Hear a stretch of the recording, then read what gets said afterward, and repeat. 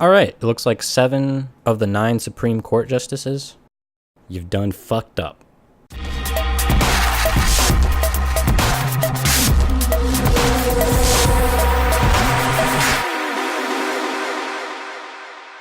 Hello everybody, I'm the Critical Riposte. Yesterday, the Supreme Court ruled in favor of a Colorado baker who turned away a gay couple.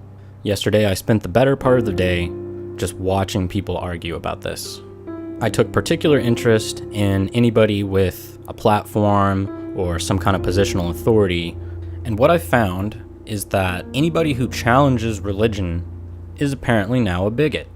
And even the people who would normally be against this are in fear of the government's control of the situation or fear of the government arbitrating some kind of solution to this, some type of punishment for the baker and forcing him to make the cake for them.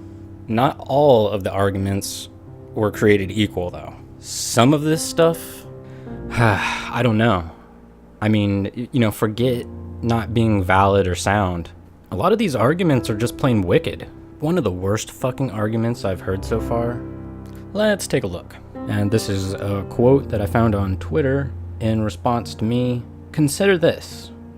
Now, a Jewish bakery can't be forced to bake a cake for a Nazi group, and Muslim bakeries can't be forced to bake cakes for Jews, gays, or infidels. And that wasn't even the worst example of that argument. I mean, people are comparing and want me to, empathize with, should the government force a Jewish bakery to cook an anti-Semitic cake for a Nazi? Let's just break this argument down a little bit. First of all, what are we comparing? Right now, they're comparing homosexuals to Nazis and modern Christians to post-Holocaust Jews. Let that sink in for a minute. Now, remember the focus is that we can't force the bakery to do this for someone that they deem offensive.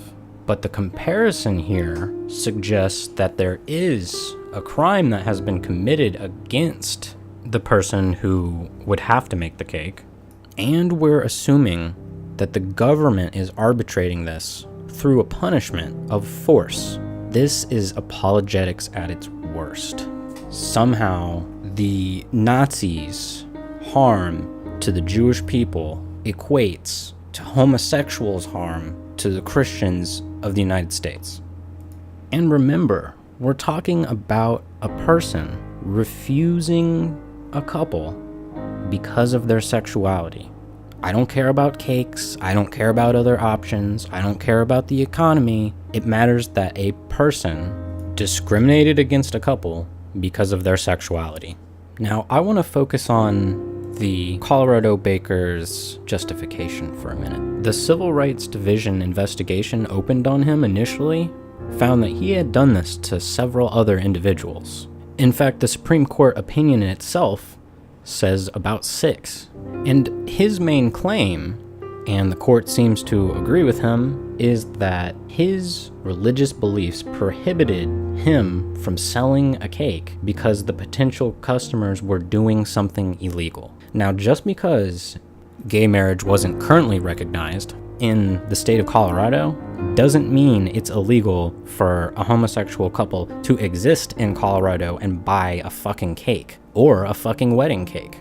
Now, if you spend the time to look through the 65 some odd page Supreme Court opinion, you're gonna find that there was a clear ability for the court to engage in speculation about the defense's representations, ethics, morality, and intents, while simultaneously asserting that it did not have the power to examine the cake baker's morality or his beliefs, or question them, or question their connection to his claim. How exactly is that not preferential treatment of belief? When beliefs start to impact your decision-making, in reality, I take note.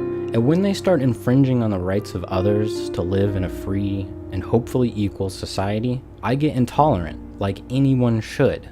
Think of how dangerous it is to give an entity, not just a sole individual, a small business owner, but a corporation or some other powerful private entity the right to invent their own truth and assert that the court cannot challenge it. Now, there's plenty of other arguments that I want to treat, but I'd like to do them on a specific case-by-case basis. That way people know exactly what they're going to get in each video. I'm looking forward to what you have to say in the comment section. Thanks for checking my video out. This has been The Critical Riposte. Please like and subscribe, and I'll catch you next time.